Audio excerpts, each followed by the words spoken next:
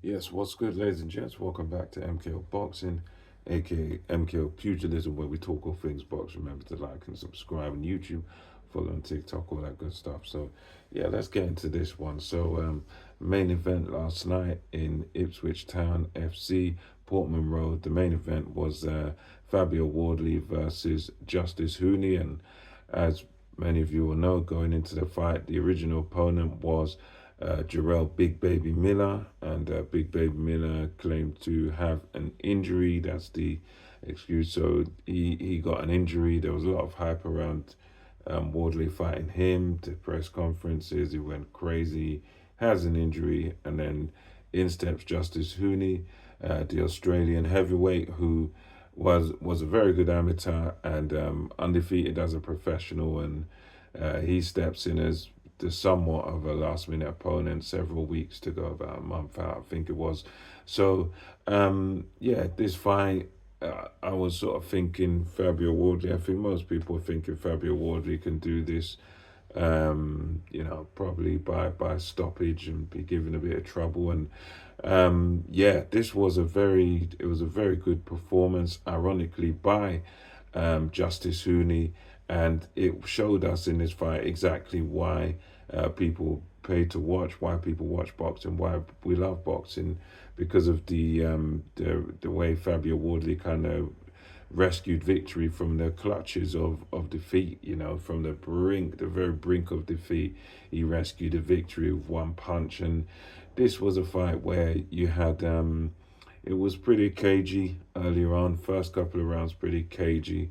But I found that when we got into sort of rounds, 3, 4, etc., going all the way up to the finish, Justice Huni figured out the rhythm of Fabio Wardley, figured out what his sort of patterns and his behaviors in the ring and how he's approaching a fight, and he was just kind of countering him all night long. He was he was the first to land and the last to land, and he pretty much had Fabio Wardley figured out to a T.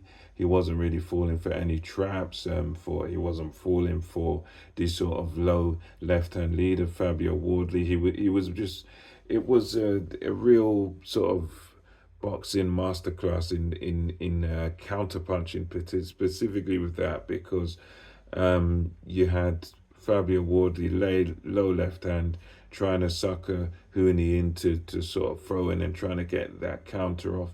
But he never really, throughout the vast majority of the fight, he couldn't. It was like he was, Huni was able to hit him, keep it tight, good, nice high guard, hitting Wardley with straight shots. Whenever Wardley would try to come back, Huni would just take a little step back, use his sort of upper body movement, make Fabio Wardley miss. And he was making Wardley miss all night long, and landing his own power shots. And there were moments in this fight, a lot of them, where Justice Huni was able to sort of to hurt Fabio Wardley, to wobble him a bit. There were times where Fabio Wardley's legs looked like they went, but Wardley, to his credit, he did look quite strong in this fight. But I think all of the missing that he was being made to do, because Huni, he showed again the kind of that amateur experience of hit and not get hit, because he would land his combinations.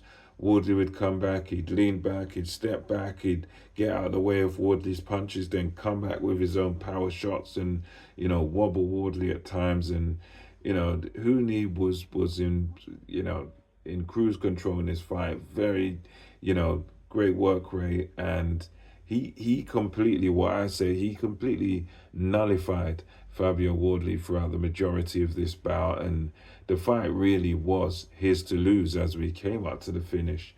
And you have, round 9 where it all ends, and again it was more of the same. Huni landing his shots. I would say maybe a slight drop in output from Huni, but it was at a point where when you get to where it ended around 9, you're talking about, Huni pretty much had it in the bag. Yes, he did need to still look good, still win the rounds, but he pretty much had it in the bag. And just as he was in cruise control, just as he was sailing, he was winning, he was throwing more, landing more. He was visibly, you could see his shots were doing damage. And then just as he comes in the ninth round to throw a shot, he comes in to attack. Wardley does that classic, step back right hand. So as Huni was coming in, Fabio Wardley throws, brilliant right hand straight down the pipe. And you could tell from the moment it landed, Huni was pretty much out on his feet. He goes down in a heap on his backside. He does eventually manage to get up at around the count of, I think it was around 8 or something like that. But he did look groggy. He didn't look like there was any chance of him coming back and winning the fight. He did get back to his feet, but the referee was very quick to wave it off. With the stoppage, I think, to me personally, I don't think, I know people say it's a bit early, but for me, I think because of the large amount of time in the round, I think there was still well over a minute left, like a minute and 15 seconds left.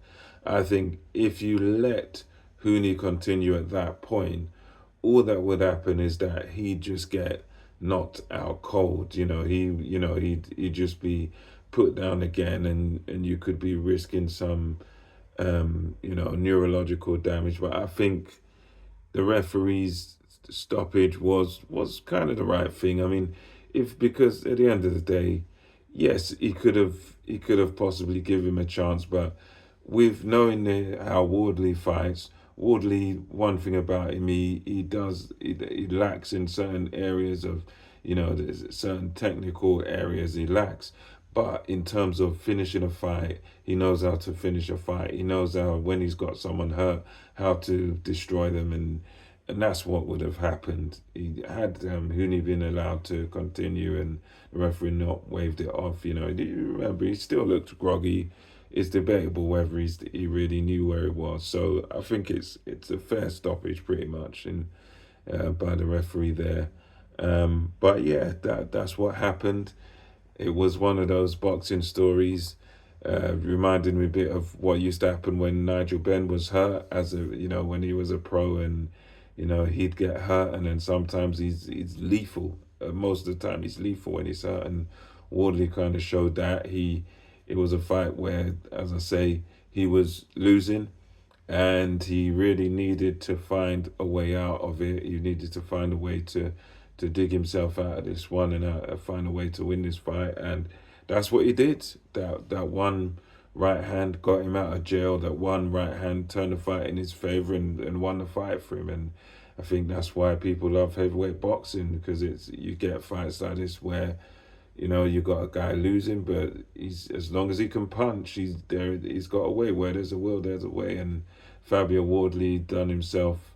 He was outboxed in many of these rounds, but he showed that he's still got that kind of focus, and he still carries that power and that punch to just get himself out of jail, and that's what he did. So yeah, credit to him. And let me know your thoughts on this fight in the comment section. Until next time, it's MKO Boxing, over and out.